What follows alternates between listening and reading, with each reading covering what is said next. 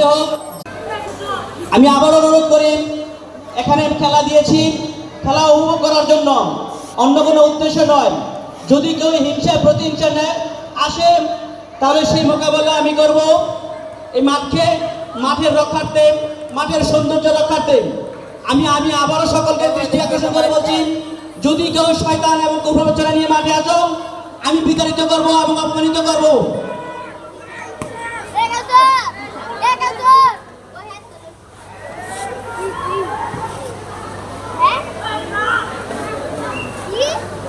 অসংখ্য ধন্যবাদ আমাদের আজকের খেলার সৌন্দর্য উপভোগ করার জন্য। হাজার হাজার দর্শকবৃন্দ আমাদের মাঠে এসে উপস্থিত হয়েছেন, তাদের কৃতজ্ঞতায় তাদেরকে আমার পক্ষ থেকে অভিনন্দন, শুভেচ্ছা ও ভালোবাসা।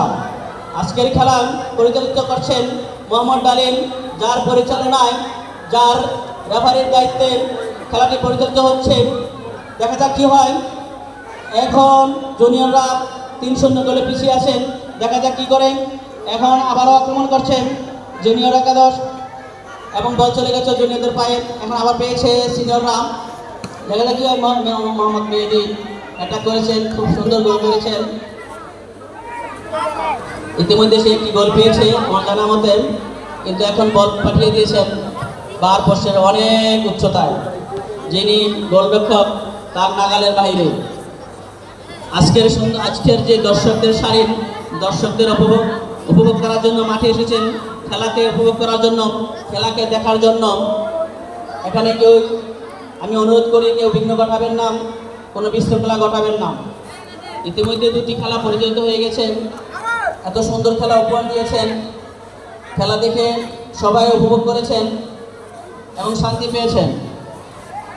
আজকের এই মনোরম পরিবেশে, এত সুন্দর পরিবেশে খেলা হচ্ছে। আজকের নাই বৃষ্টির অনুকূলে আমরা আজকে খেলা উপভোগ করছি, মাঠের সৌন্দর্য প্রকাশ করছি, মাঠের সৌন্দর্য উপভোগ করছি।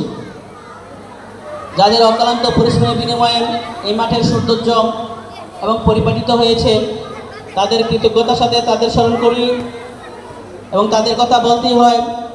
তারা এই দিন রাত গত 3 দিন যাবৎ একাধারে মাঠে থেকে বৃষ্টিতে ভিজে রোদে পুড়ে এই মাঠকে সাজিয়েছেন।